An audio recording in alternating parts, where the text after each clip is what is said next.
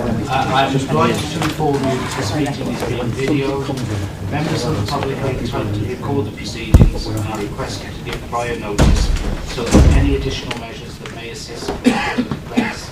Any member of the public who has any concerns should raise them now. Right, we'll start. Item 1, apologies for absence.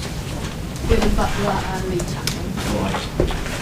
And while we've just got 10 seconds spare, on the front row there is Gwen Burgess, who our new councillor from Neil Grace, just in case anybody's in the room. And welcome to the meeting. Right, thank you. Item 2, disposable pecuniary interests. Now, I'm going to declare an interest in item 7, the new school provision in the west of Shrewsbury, because my daughter lives quite near to the site, so I think it's easier if I declare an interest and keep out of it. Anybody else? Any interests? No? Right. So, item 3, the minutes, they're included in the pack. Everyone happy with them? Right. Those are moved. I'll second it. So all in favour, please show. Right, that's clearly accepted. Item 4, public question time. Now we have 3 public questions. Number 1 is submitted by Sharon Clauser. Is the gentleman here? No? Right, well the Dean's got an answer, I believe. I do indeed. Leader, this is the BlackRock question. They came to me in a slightly different order, so I'm assuming this is the BlackRock question. No, it's another one. No, right, okay. Have you seen these? Is there a copy of the questions? Yeah, I'll turn them around now. Right, there you are. Slightly different order, thank you. So this is the question about contractors. Yep, got it. Right. Thank you. Would it be helpful if I read out the question? Yeah, is there a copy for us? I'll email one to you now, Roger. All right, thank you. For clarity, as the member of the public isn't here, I'll read out the question. The question is, has the council been successful in getting its contractors and all those in its supply chain to commit to zero carbon emissions? Have any of them expressed concerns? And if so, what are they? And will a clause to adopt zero carbon emission policies be added to all new purchase orders? So that's the question, so everybody's clear. The answer is, as you might imagine, the council literally has thousands of individual suppliers of goods and services. Since declaring our climate emergency earlier this year, we have been reviewing our standard contract evaluation criteria to determine how, under the social value section, we can both increase the value of that score and include carbon reduction commitments as part of that. A large number of our contracts were let before we made our declaration, and therefore it will take a full cycle of contract replacement and renegotiation to realise the benefits we aspire for. For example, we have already identified just over 300 contracts that are due to expire within the next 2 years, with a value of over £30 million.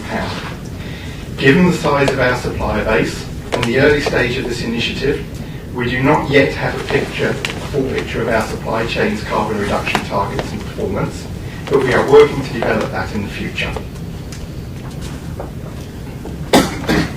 Have a drink. That's the answer. Oh, right, thank you. Right, we'll go on to question 2, which was from Mark Fairmore. There you are. Thank you.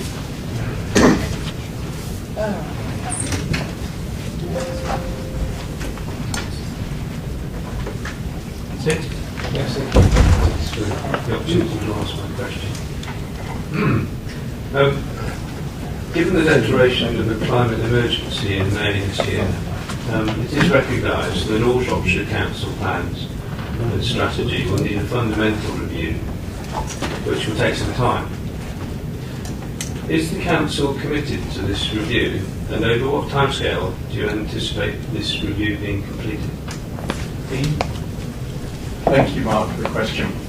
I can confirm that the Council is on track to consider and adopt a corporate carbon reduction strategy at the Cabinet meeting on the 16th of October. and our climate change strategy / action plan by the end of this year. This is completely consistent with the commitment I gave at full council in May this year. These key policies will then shape and inform all other policies and strategies that the council has. Thank you. Question 3 was submitted by Joe Blackman. It's being represented today by Jonathan Bruton.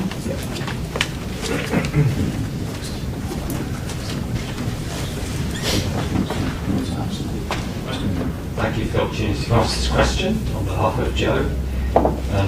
Given that Shropshire Council has declared a climate emergency, and given that BlackRock is deeply invested in the sectors most responsible for tropical forest destruction in the Amazon and around the world, what plans does the Council have to divest any of its own funds from BlackRock and lobby for the Shropshire County Pension Fund to do the same? Thank you for the question. This is quite a long answer, but you will get a written copy of it as well after the meeting. Shropshire Council currently does not invest with BlackRock. Shropshire County Pension Fund has 2 separate mandates with BlackRock in their Fixed Income Global Opportunities Fund and their Fund of Hedge Fund Strategy, not in the equity index funds referenced in the question. The Pension Committee has an overriding duty to consider its financial responsibilities above any other considerations, but it remains committed to important issues such as responsible investment, ESG issues and climate change. It therefore does not restrict its investment managers in the companies in which they can invest, as this is contrary to the overriding financial responsibility of the Pension Committee. Although the fund does not restrict its managers in the investments they make, it takes corporate governance and environmental and social responsibility seriously. The Pension Committee believe it is more important to influence company behaviour from the inside as a shareholder.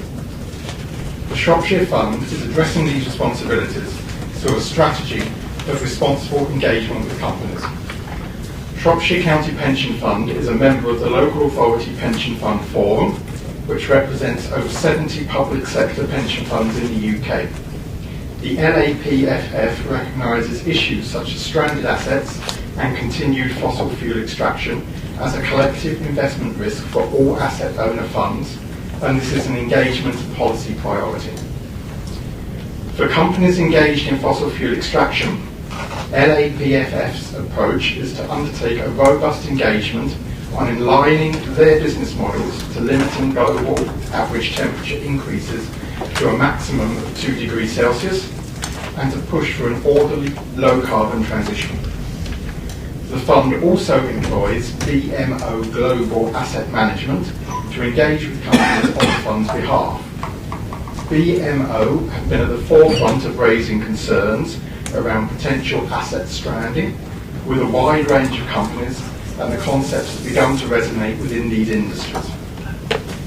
BMO's main engagement objectives include ensuring companies stress test and disclose the range of possible future energy scenarios used for their strategic planning and set clear targets for mitigating these risks. In conclusion, the fund takes seriously its obligations to pension fund members through its engagement policies and LAPFF membership, but it does not restrict investment managers from investing in companies which they feel will produce the best financial returns for the fund. The presentation on responsible investment was included in the last Pension Fund AGM meeting in November, which was a public meeting and all members of the fund were invited to it, and the link to the presentation, which covers the topic in much more detail, will be at the bottom of the written answer to the question. Only one question was asked about responsible investment following this presentation. Okay, thank you. Right, so we move on, and the next item is member question time, and there's a member question from Councillor Simon Harris. Morning all. Okay, here's the question. Following the public question to Cabinet on the 3rd of July about increasing the use of renewable energy sources by West Mercia Energy, it is stated that discussions were taking place. Has any progress been made to date? Thank you, Simon, for the question. Very timely one. I'm delighted to exclusively announce that following an informal discussion between Cabinet Directors on the 15th of July and dialogue with our partners in West Mercia Energy, that as of the 1st of September 2019, 100% of the electricity procured by Shropshire Council through West Mercia Energy will come from renewable sources. Furthermore, higher profits from West Mercia Energy mean this initiative will be cost neutral. In addition to this, we will be in a position to offer 100% renewable electricity to all of our maintained schools from the 1st of April 2020. Thank you. Right, moving on. Item 6 is scrutiny items, but I don't think we've got any today. No. So item 7, new school provision in West Shrewsbury. I'm declaring an interest, so I'm going to ask Steve Chalmley to take the seat while I vacate the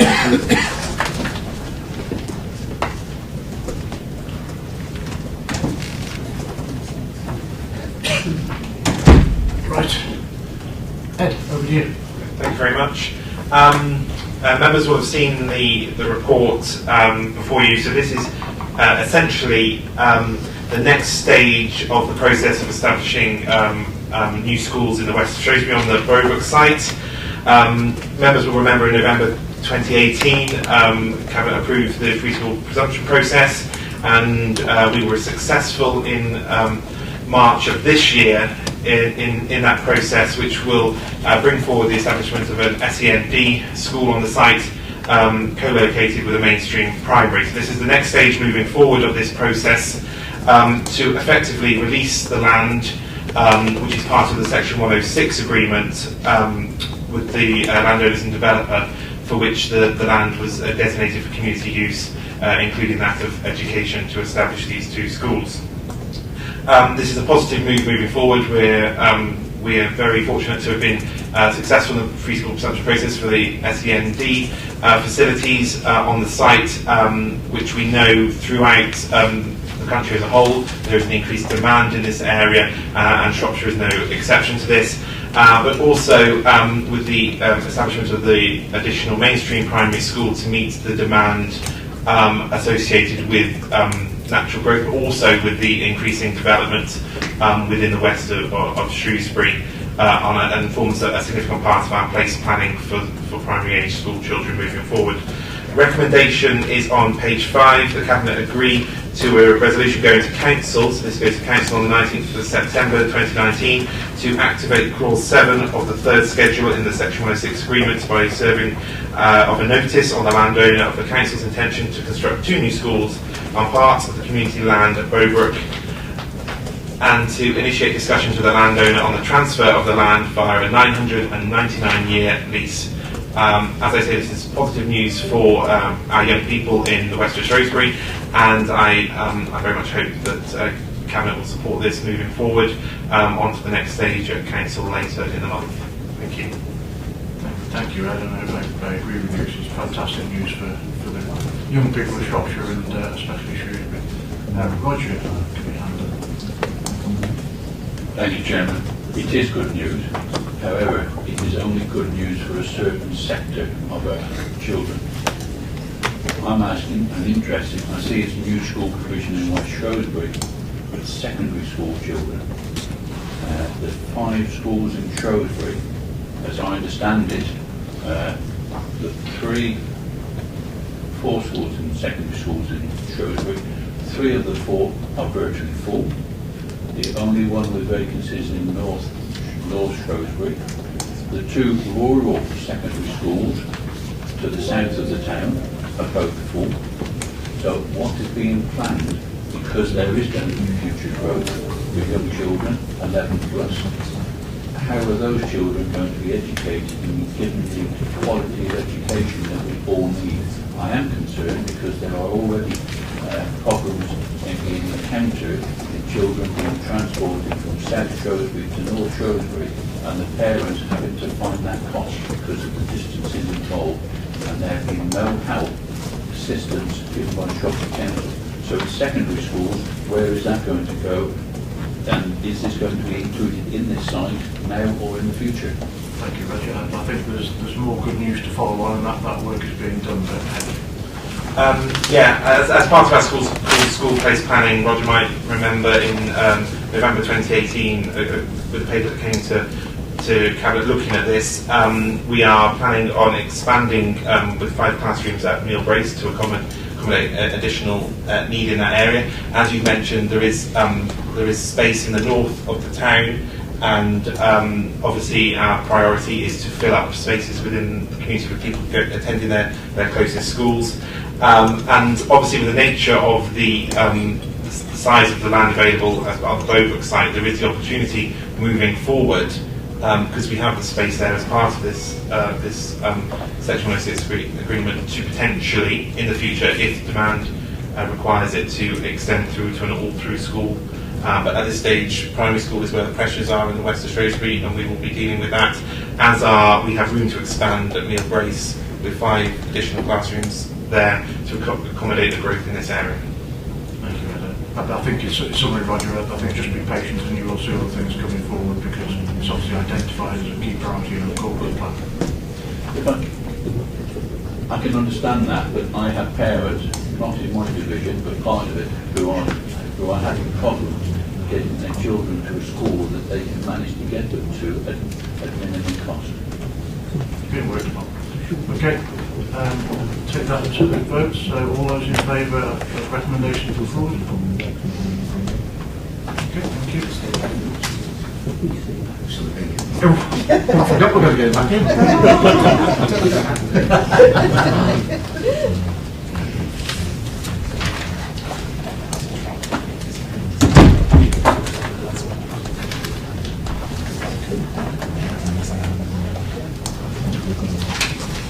Right, moving on. Item 8, approval of changes to parking strategy. Councillor Steve Davenport. Yes, Leader, this is a continuation of one of the largest pieces of work in recent years done by Shropshire Council, and addressing a few of those changes from the consultation. The recommendations from 1 to 8 are just to launch for a new consultation of 6 weeks on these various 8 points. You've got them in front of you. We've got to out this 6 weeks, and it's very frustrating as far as I'm concerned to have to do consultations on every part, but it is what it is. Yes. I read the report, and the only bit that I thought I wasn't sure about was the parking on loading bays. Okay, the thing, again, it's for consultation, but the thinking behind that and the requests from businesses within the towns are lots of the main, we are a Conservative council, we're a business-orientated council, and this is to allow the lorries to park to unload on a 24-hour system, because that the business doesn't stop. It's usually unloading at night to support supermarkets, basically. Yeah, and the way I'm understanding it is sometimes people would park their car in the evening and leave it overnight, and it was getting... And then they can't get on. Yeah. And then what's actually happened is lorries have parked on the road. We booked them for parking on the road because the loading bays are full. So again, this is the consultation. So there is some logic behind it all. There is some logic. Right. Any comments? Right, Councillor Mosley.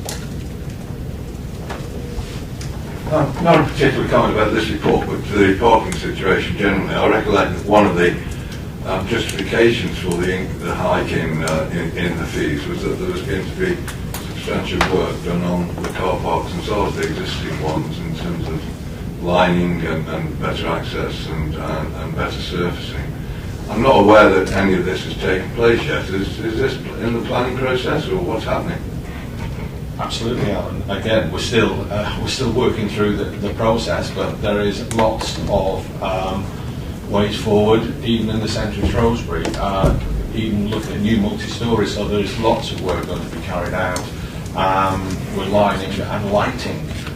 One of my major pushes, and I've said all the way along that I want to drive more traffic onto the park and ride sites to get them back to where it used to be 10 years ago, 1.2, 1.4 million a year, as opposed to 633,000 a year as it is currently, so to take traffic away from the town centre. So that is absolutely continuing, yes.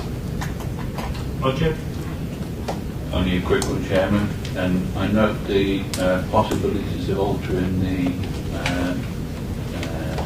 parking on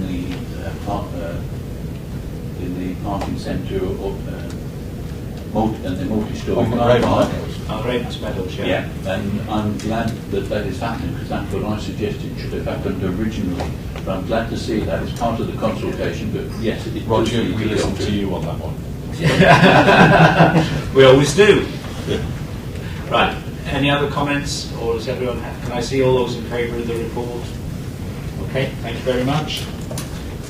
Item 9: application by Bishop's Castle Town Council for Bishop's Castle to be considered as a neighbourhood area. Phil Butler is away, so Rob Macy is this one. Thank you, Leader. This is just the latest in a number of these that we brought to Cabinet. It seeks for the approval of the parish area of Bishop's Castle to be formally designated as an area neighbourhood plan, and that the area is included as the report in the appendix. Just with all the others, just for clarity, the report's not seeking Cabinet approval for any of the content of the neighbourhood plan, but purely that this is a suitable area for it to be prepared for. Whilst it's being prepared by the Town Council in association with their Neighbourhood Planning Steering Group, it's the role of the Shropshire Council to formally designate the area following a period of consultation. So just to assure Cabinet, the consultation took place over 4 weeks between the 7th of June and the 5th of July. We had 8 responses, none of which made any objection to the principle of the designation.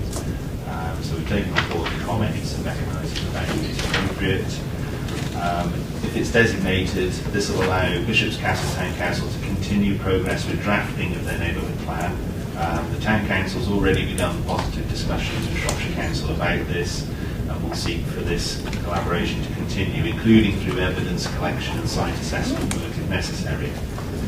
As you'll be aware, Shropshire Council is committed to more people having a suitable home and having sustainable places and communities. In due course, it'll be particularly important that Bishop Castle's neighbourhood plan and the emerging Shropshire local plan complement each other. It's considered this close working for this. So I'll do the recommendations.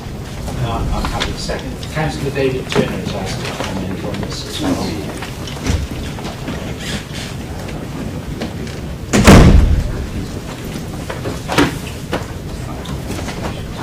Thank you, Leader. I endorse everything that Rob Macy has said. I was in Bishop's Castle about 10 days ago, not in my Shropshire Council capacity, of course, and it was very apparent that there was a stack of community enthusiasm at the Oak Meadow community housing, where both you and the Chief Executive were present. There was a really good turnout from the community. Secretary of State was there, and I looked around, there was no local member there. And it was, we have no local member, there's an election next week. In the course of the last 8 years, Bishop's Castle electors had to go to the polls on no fewer than 5 occasions because they've thrown the town in. Nonetheless, I'm looking forward to Bishop's Castle community going to the polling station again in maybe next year, maybe early the following year, when the neighbourhood plan will be hopefully endorsed by the assessor, give them an opportunity for a referendum then. So very supportive. Thank you. Thank you. Yes, I did enjoy my visit to Bishop Castle. I do go down there from time to time because we do get round Shropshire more than people realise. It will be an interesting. I will be there next Thursday as well. Right, so we've got the report. I think it's pretty straightforward. Any comments, or can we move to the vote? Right, can I see all those in favour of the report? Thank you very much. Item 10. I'm going to take 10 and 12 together because I think they're sort of related. That's the annual Treasury report and the Treasury Management Update Report 1. Councillor David Minnery. Yes, thank you, Leader. As you say, there is a relationship between the two. Members will be familiar with both of these. It is our practice to bring an annual report to Cabinet and then to Council to show the performance against the expectation. And members will see from page 59 of their pack, they've got the written one, that for the third year running we performed at 0.29% better than the benchmark, which is commendable, and I would like to publicly congratulate and thank the staff who look after that for us on that achievement. And similarly, if we look at page 1, 2, 3 in the pack for agenda item 12, that in the first quarter of the current year, the internal treasury team have achieved a return of 0.95%, outperforming the benchmark 5.38, which in cash terms gives us an additional £126,000, which was a nice little bonus, as we'll see when we get to the next item. Both reports are for noting and accepting, and I'll approve both. Again, I'm happy to second. Any comments? Councillor Roger Evans. Thank you, Chairman. Report, notes, comments are on item 11. Include that now? No, we'll do that separately. Okay. Right, so items 10 and 12, they've been moved and seconded. Let's see all those in favour, please. Right, thank you very much. Now we'll go to item 11, the financial monitoring and report for quarter 1 of this financial year. Councillor Miller. Yes, thank you, Peter. Again, members will be familiar with this. This is the first look at the current financial year. And as inevitably seems to be the case these days, the outlook for the year, if nothing was to be done, is not good. If everything stayed as projected, then we would end up in deficit by the 31st of March 2020. Now, of course, we all know that isn't going to happen. This is the report that alerts us to the fact that we need to take some further decisions. Part of the problem, and I leave it for colleagues to speak about their own portfolio if they wish, it's not for me to speak for them really, but part of the problem has been that we've perhaps been too much of a listening council. Proposals that were in the budget originally, and bear in mind we start the budgeting process now for the following financial year. So part of the problem is that we've listened to representations and we've actually not implemented all of the increases that, for example, or the reductions on the transport, for example, is one that comes immediately to mind. So we do understand, we do accept that we've got to look for savings elsewhere, but perhaps we've got to accelerate some things. We've got to maybe look at some things that we haven't previously looked at, and one of those, for example, we have a lot of service level agreements within Shropshire for things that other people, other local councils, the town parish councils, other organisations do for us. They haven't been reviewed for some time, so one of the things that we'll be doing over the next few months is reviewing all of those to see if there are any significant savings that can be made there. But it is what it is, Leader. No doubt someone here today will be thinking it's a catastrophe again, but it isn't a catastrophe. It is just alerting us to what we already knew, that we cannot relax, and until such time as the funding centrally improves, we will always be in this sort of situation. But it is what it is. I present it forward. I'm happy to second it. And in seconding, can I assure the public that by the end of this financial year, the same as the last 2 or 3 financial years, we will have the budget back in line. The last 2 years we've been forecasted to be 5 or 7 million adrift, and we've always brought the budget in as neutral.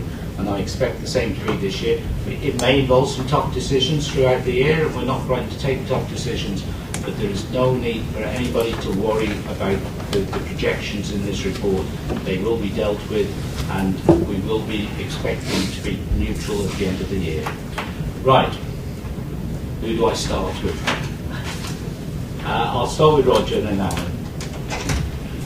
Thank you, Chairman. I recognise that it is quarter 1, so I'm not going to go on about the amount of predicted overspend because it is noted elsewhere.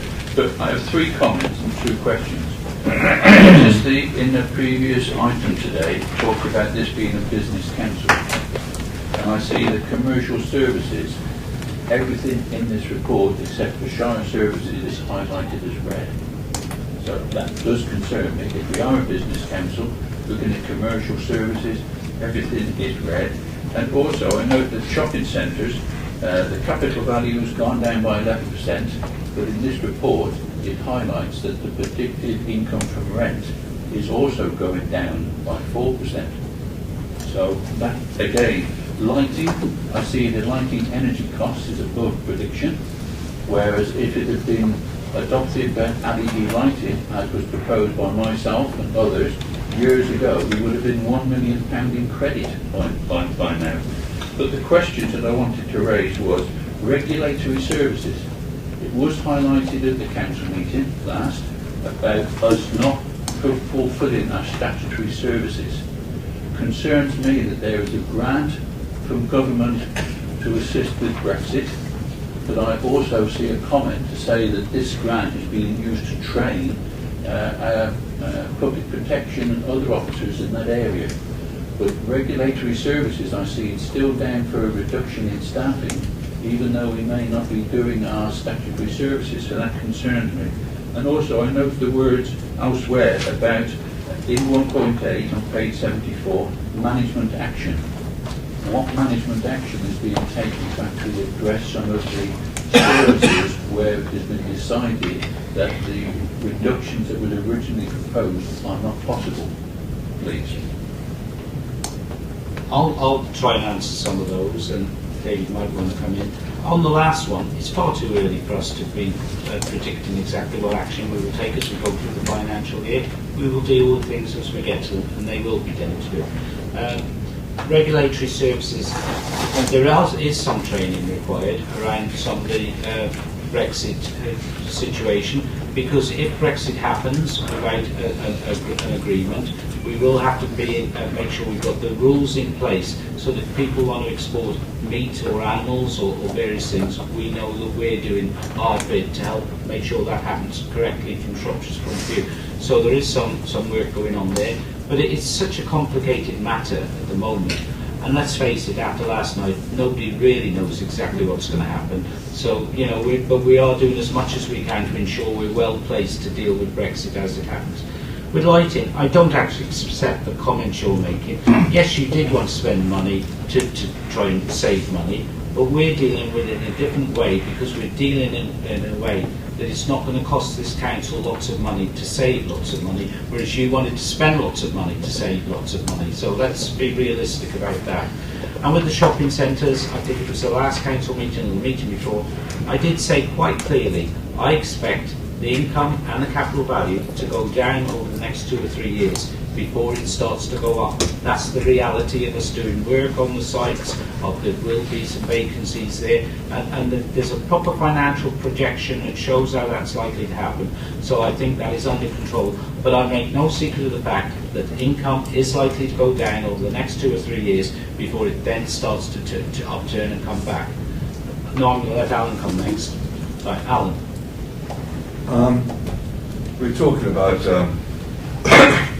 a failure to make savings, and last year we had a failure to make savings, a failure to cut services, and you at the end of the year may come to a conclusion that we've managed to cut those services, or you've managed to cut those services, and you'll applaud yourselves and have applauded for what a wonderful achievement that's been. That's been the pattern over the last few years. During the year, of course, there's been chaos within departments as they've had to scrabble around, not making appointments and cuts that are ill thought out to some extent. But I want to return to the basic point that this discussion is hiding the fact of the extent of the cuts that you are making and the impact on the services. So I'll accept that you probably end up with minimum overspend, but you will, by doing that, have made £17 million worth of cuts in services. It's dire straits and becoming increasingly difficult year on year for you to pretend that you are providing adequate services to residents and visitors of Shropshire. And there's 2 points in here that just shows what these dire straits are in terms of cuts, and they're on page 88, and they refer to the public health budget. One refers to the CCTV system in Shrewsbury, where the monitoring of that service and the equipment is going to be cut, and refers to redundancy consultations taking place of the staff responsible for that.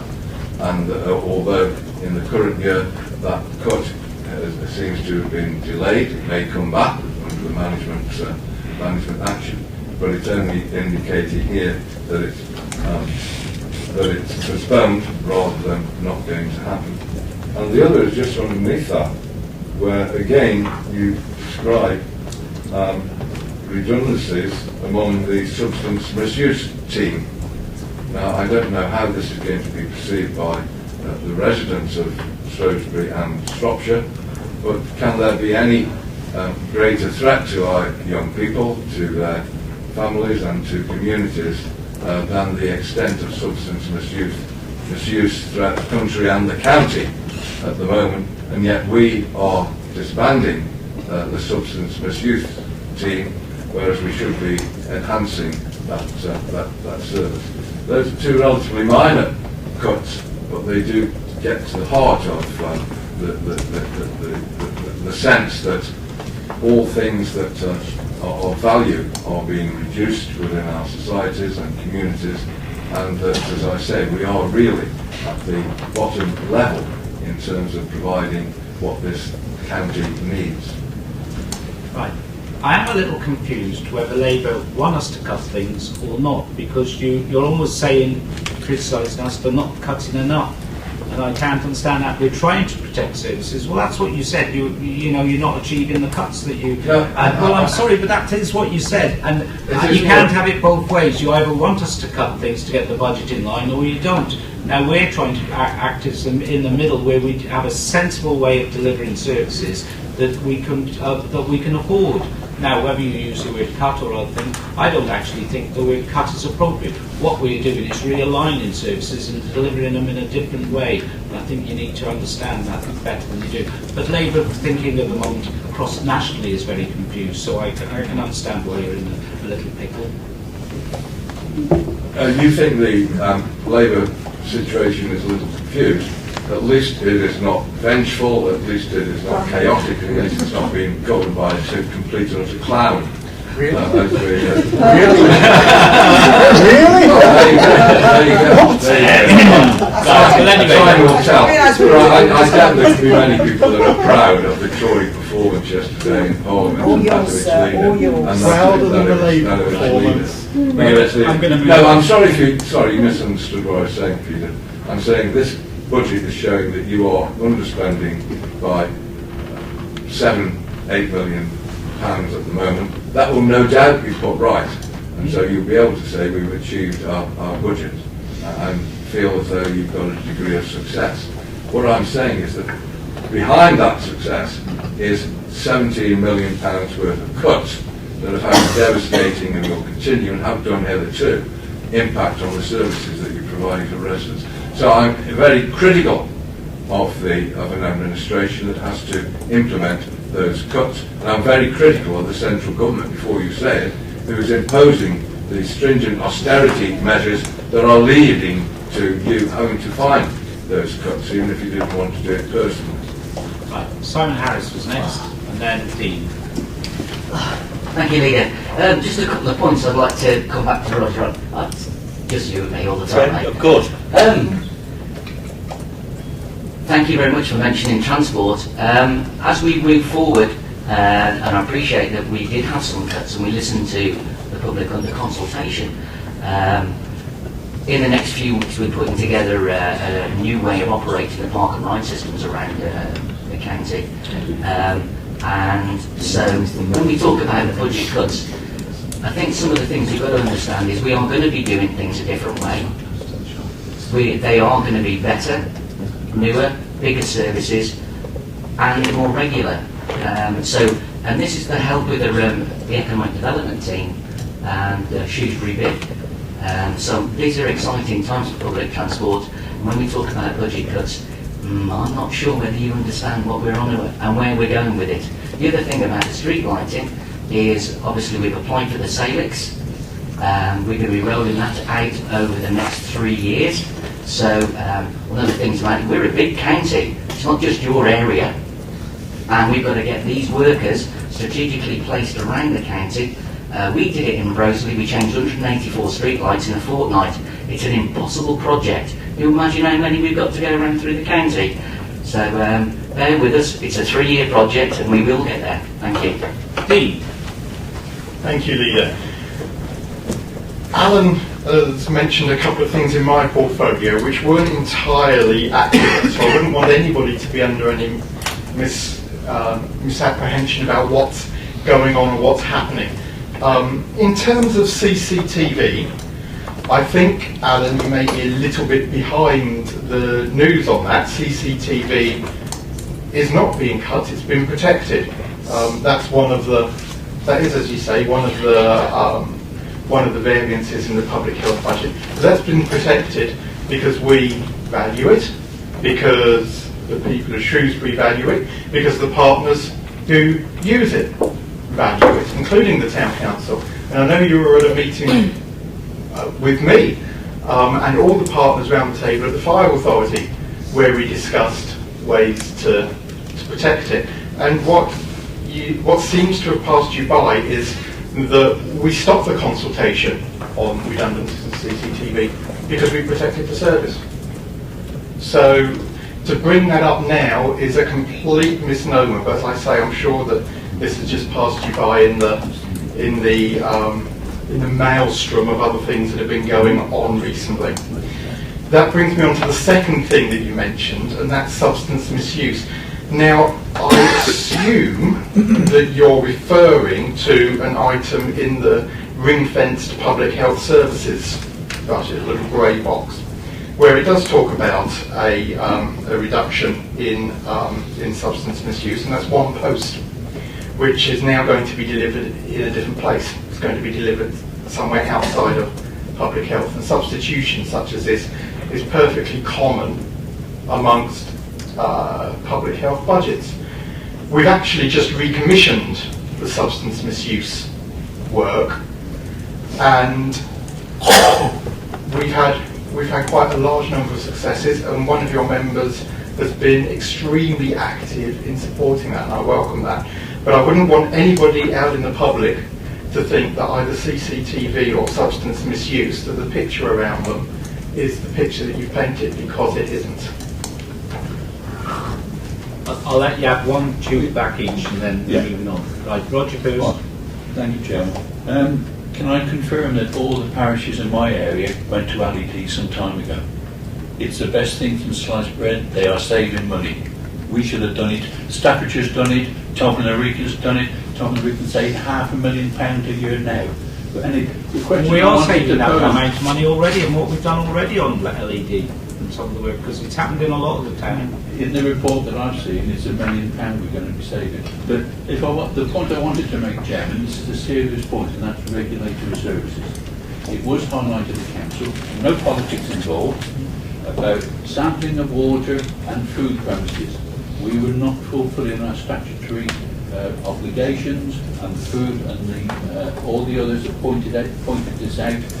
On page 87, it still says there, regulatory services, going to spend 157,000, number of vacant posts within the service, and the long-term secondment of a team manager. I am concerned. We're there, and we are using Brexit money or whatever. Are we using that to fulfil the services? But I would want those posts to be filled so that we can do what is needed. Right. Just to assure you, Roger, that the management of day-to-day management of regulatory services is separate from our preparations for Brexit. We don't know entirely what we're preparing for. We are anticipating that the need for tariffs, and particularly export issues, will require a different or a retraining of existing staff, so that whatever happens, if we do crash out of Europe without a deal, we've got the staff with the right skills ready to help and support businesses. That's different from the day-to-day management of water supplies, animal welfare, and all the other things, including food handling and hygiene and regulatory services do. So it's additional training. We will, if we can, recruit outside staff. We will also retrain our own staff so that for a short time they've got new and additional skills in order to cope with a new demand that we think will be short-term and then will diminish. Alan? I do recollect the meeting that Portfolio was referring to, and indeed Shrewsbury Town Council has already determined that they will support 16,000 quid worth of services that we use that system for. But that's only paying for the cameras owned by the Town Council. That's paying towards the service that is part of the monitoring of those cameras on our behalf. I also do recollect that there was a cessation or a delay in the redundancy consultation process. But I'm also aware that this council now finds itself underspent and that there's going to be management actions that will lead to that underspending, that overspending being resolved, and so it may come back into being threatened. I'm also aware that this actual report says it's anticipated that any operating cost savings will not impact until 2021, next year, when the budget is being prepared, maybe not immediately. So I do recollect that. I am concerned that in terms of the substance misuse, that we need to know more about what is happening, and I don't, if it's one redundancy that's going to be re-employed somewhere else, then that's a different matter than what this report actually says. But we have talked about this. Something will result in redundancies from the existing public health. We have talked about this previously in Cabinet. Some of that work we're expecting to be dealt with by Ed Potter's portfolio with children and young people's services, particularly within education. Well, has there been a substantial increase in the budget in that service to accommodate the transfer of the services? I'm sure they will deal with it as appropriate. Right, I want to move on because we've spent quite a bit of time on this. There are some recommendations on page 74, which are very simple ones to note the position. Can I ask for all those in favour to show, please? Right, thank you very much. Moving on, we get to item 13. Proposed compulsory purchase of land at Shrewsbury Flaxmill Maltings. Steve Chalmers is going to present the report. I note Ian Kilby has arrived at the back because he's the officer who sort of understands it all. So if there's any questions Ian might want to ask to them. Absolutely, thank you. Yes, so this paper outlines the rationale and process for what I believe is the first compulsory purchase order done by Shropshire Council. As members will be aware, the Shrewsbury Flaxmill is the biggest project that Historic England currently have on their books, and is a key cog in the wider regeneration of Shrewsbury. The report seeks approval to make a compulsory purchase order to enable the assembly of land interests that are needed to enable the approved scheme to be completed. The recommendations are set out in points 2.1 and 2.2 of the report. There were two versions of this report. So there is the latest version has been updated.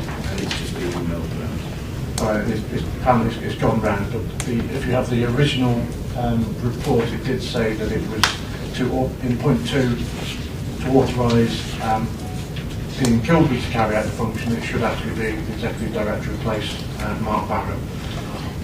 So just to make that clear, as the leader said, Ian is here to take any technical questions on the paper that I move. I'm assuming this is straightforward. I'm slightly looking at Alan because I know Alan's been involved in the Flaxmill, and I think this is straightforward, isn't it? Oh, it seems straightforward to me, yeah. Yeah, no, that's good. I know that lots of people will be grateful for the Shropshire Council taking this action and acting on behalf of Historic England, and also the Friends, because the car park that this will service is designed to accommodate both employees of the eventual office commercial space in the main mill, but also to accommodate visitors to the interpretation centre and events that we're putting on there in fabulously. I'm sure everybody's impressed by the progress that's being made up there. Those that travel past it, and there will be a tremendous asset to Shrewsbury and Shropshire as a whole. Having said that, I needed to just declare that I have a slight interest in it as the chair of the Friends of Ward. which is one of the partners to the project, which also comprises Historic England, obviously, and also Shropshire Council. If you approve, right, I don't think there's any need for any other comment, is there? So can we move to the vote? All those in favour, please show. Thank you very much. Item 14 is the exclusion of the press and public, and I won't read it all out, but it's we are going to move into something that's quite confidential, so I will invite you to leave it out. But let's just have a vote so it's clear. Can I see all those in favour? Right, so that's clear. So can I manifest it? Still have to leave. It won't be long, as I did say.